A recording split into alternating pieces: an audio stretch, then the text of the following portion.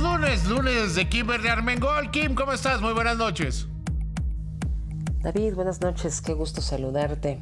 Pues ya lo hemos visto en todos los programas, estas escenas de lo que está pasando en Francia, que otra vez está siendo golpeada noche tras noche por protestas que parece que están incrementándose su nivel de furia. Desde el martes de la semana pasada no se detienen estas violentas protestas en Francia, suben de tono.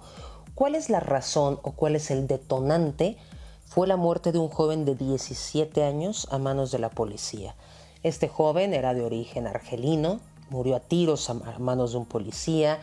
Era un joven que era un repartidor de pizzas que iba en su vehículo y que, bueno, por supuesto pertenece a lo que llaman en Francia las minorías, pero que también vive en las periferias de la ciudad, en los suburbios. Este policía, que fue el homicida, actualmente enfrenta una investigación formal por homicidio voluntario y ha sido puesto en detención preliminar, aunque esto no ha bajado la ira de los manifestantes. Hay escenas de personas prendiendo fuegos a vehículos, trepando edificios con ventanas rotas en varias ciudades, mientras que la policía antidisturbios se enfrenta con los manifestantes en escenas que son muy violentas y las estamos viendo. Estas escenas han provocado la prohibición de manifestaciones en algunas ciudades, también advertencia de viajes.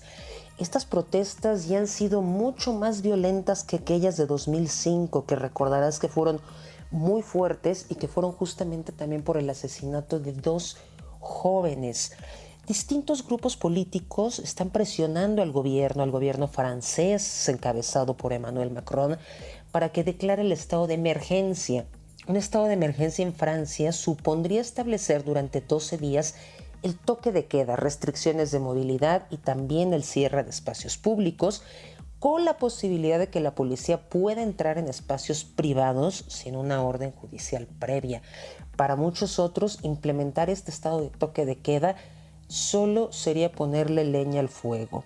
Desde el pasado martes son más de 2,000 personas las que fueron detenidas, más de 500 policías han salido o resultado heridos, lesionados, pero ¿en realidad es el homicidio de este joven lo que está causando las protestas? Pues claramente no, es el hartazgo de un país racista.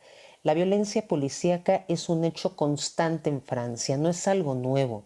Distintos organismos internacionales ya han denunciado el excesivo uso de la fuerza de la policía francesa. Por ejemplo, la ONU ha pedido al gobierno francés abordar de inmediato el problema del racismo dentro de la policía. Por su parte, Amnistía Internacional ha acusado a la policía francesa de elaborar perfiles étnicos. Les recomiendo urgentemente una reforma sistémica profunda para abordar la discriminación que se da desde los cuerpos policíacos.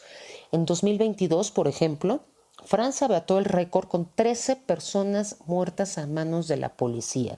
Si quisiéramos hacer un comparativo, en Alemania en los últimos 10 años solo una persona ha muerto bajo estas condiciones. Un estudio que se realizó en 2017 descubrió que los jóvenes percibidos como negros o árabes, estos que salen del estereotipo del hombre blanco, tienen 20 veces más probabilidades de ser detenidos por la policía que sus pares en Francia, y detenidos con violencia.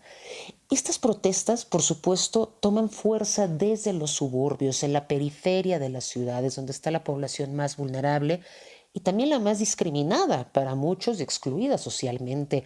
Las personas que viven en estas comunidades tienen 2 veces más probabilidades de ser inmigrantes que el promedio nacional. Tienen 3 veces más probabilidades de estar desempleados. Están fuera del desarrollo social. Hay que recordar que el expresidente Nicolás Sarkozy se había referido a ellos de una manera muy despectiva, los llamaba la escoria de la sociedad o la chusma a esta población pues inmigrante que vive en la periferia de grandes ciudades como París. Hay que recordar que ya comenzó el segundo mandato del presidente Macron. Comenzó con la promesa de sanar al país en 100 días después de las fuertes protestas que hubo también en Francia por el sistema de pensiones al principio de año. Ahora tiene que enfrentar estas nuevas protestas que podrían extenderse por semanas, como sucedió en 2005. Por el momento, el presidente Macron fue duramente criticado porque a pesar de que las ciudades ardían, él el miércoles pasado, ¿por qué no?, estaba disfrutando de un concierto de Elton John.